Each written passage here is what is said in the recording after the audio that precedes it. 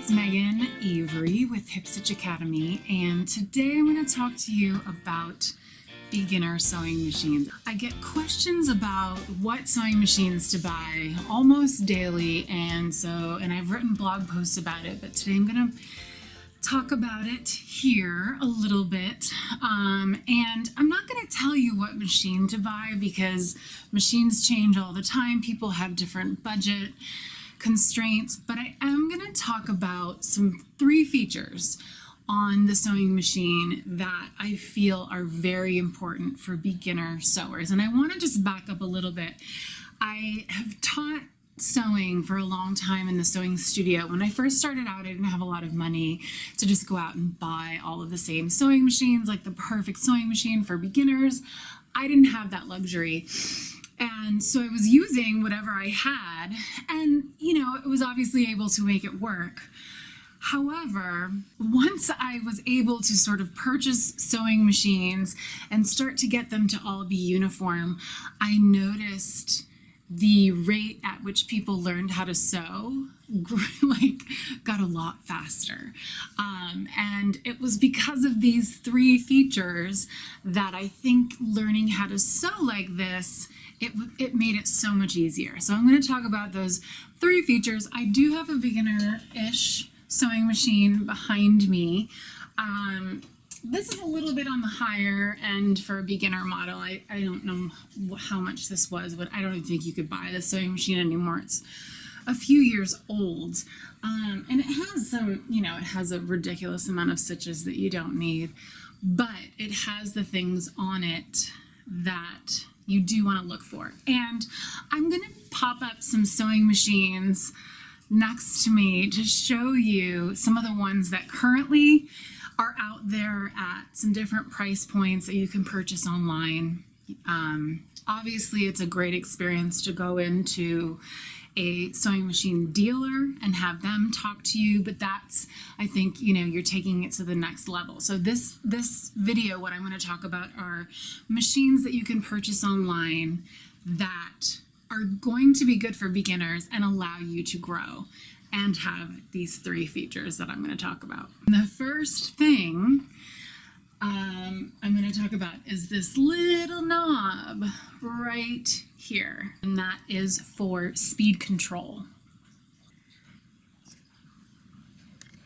So the way that the speed control works is it sets how fast the machine can actually go, and there's a slow, a medium, and a fast, and you set it with the dial. I'm going to show you how that works once I grab a scrap piece of fabric. So I've got just a little white piece of fabric here, and I'm going to lay it under the presser foot. I'm going to lower my presser foot. I'm going to make sure that my speed control is set at slow, and I'm going to press the pedal. And I just have it set on a regular straight stitch. My foot is all the way down on the pedal, and the machine is just slowly sewing. It can't go any faster than this.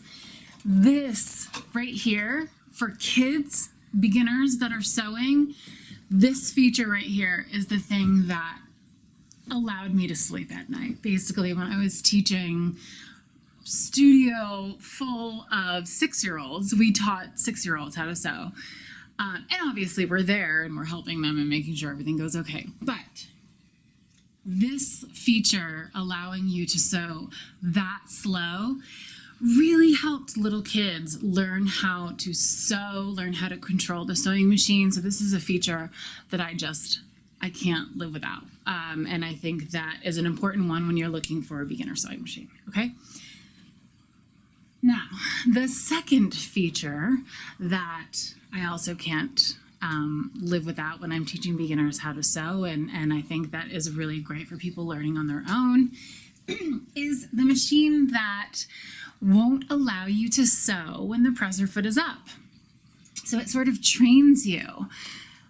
I'm putting the presser foot up, I'm hitting the pedal. Oh, did you hear that beep? Oh, wait a second, that tells the user, let me put the presser foot down. Oh, and now it's working.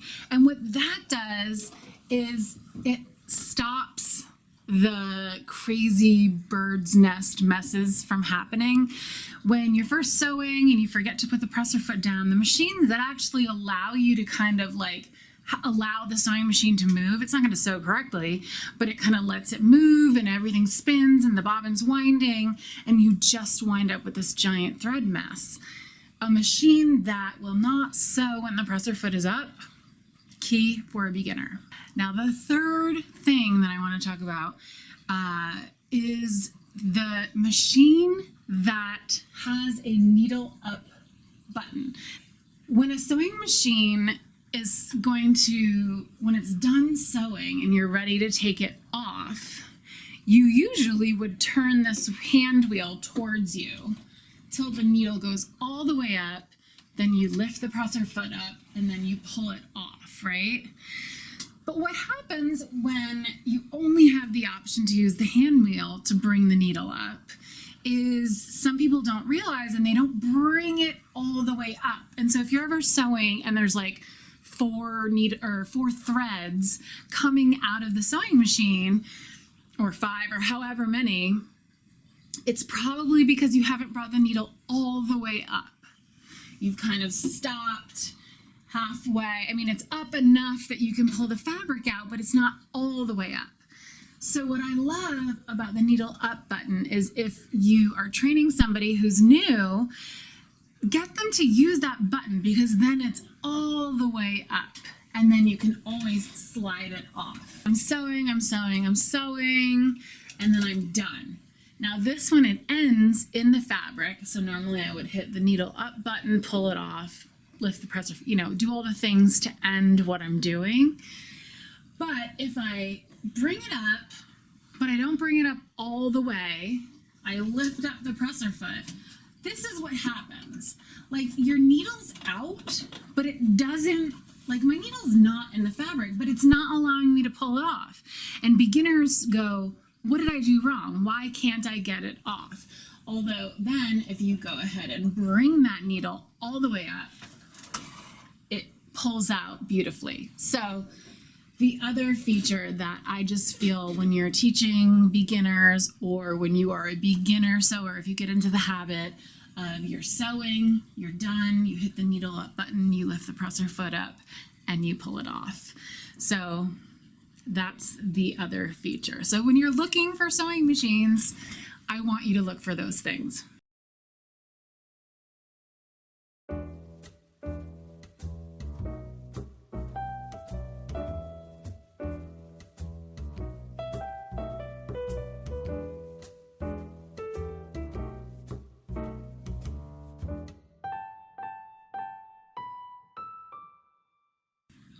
Now, the last thing I want to say today about sewing machines and beginner sewing machines, and especially kids who are learning how to sew.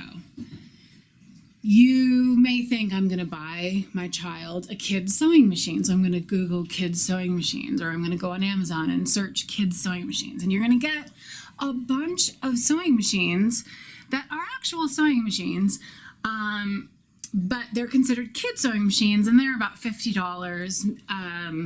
I don't know how much they are, but I'll show you what I'm talking about. Please be wary of these sewing machines. Yes, they actually sew, but they're the most frustrating pieces of plastic that you will ever own in your life. And they're not, I mean, it's still $50. You're still spending $50 to have this thing, but it's not going to grow with your child. It's going to maybe sew a couple stitches. The back is probably going to look terrible because the bobbin never quite works right. And unfortunately, it's just a machine you're going to get, and then your kid's going to be really into sewing, and then it's just going to be frustrating. So I just encourage everyone to stay away from any sort of sewing machine that says kids sewing machine, and instead look for a real sewing machine that has kid-friendly, or I should say beginner-friendly features like the ones I've talked about. So I hope you found that helpful. If you have any questions, please go ahead and ask them in the comments below or reach out to me. My email is on my website, and my website is www.hipstitch.co. You can also find us at hipstitchacademy.com. And I am around teaching sewing classes for kids, teaching sewing classes for adults, sewing my own clothes. Just wanted to mention this one. This is the Friday Pattern Company, I think. Sagebrush top that I'm obsessed with. I'm just sitting at home with these like gigantic puffed sleeves. And this fabric is a washable linen from this amazing fabric store in Boston. I was in Boston visiting my brother-in-law a couple weekends ago, and I wanted to go support. They did appointment only shopping, and it was this gigantic store called Gather Here in Cambridge.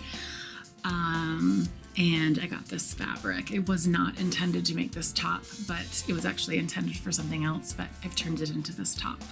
So all the info that I've talked about and any of the machines that I've shown in this video, I'm going to go ahead and link in the bottom, and that's it for now. See you next time.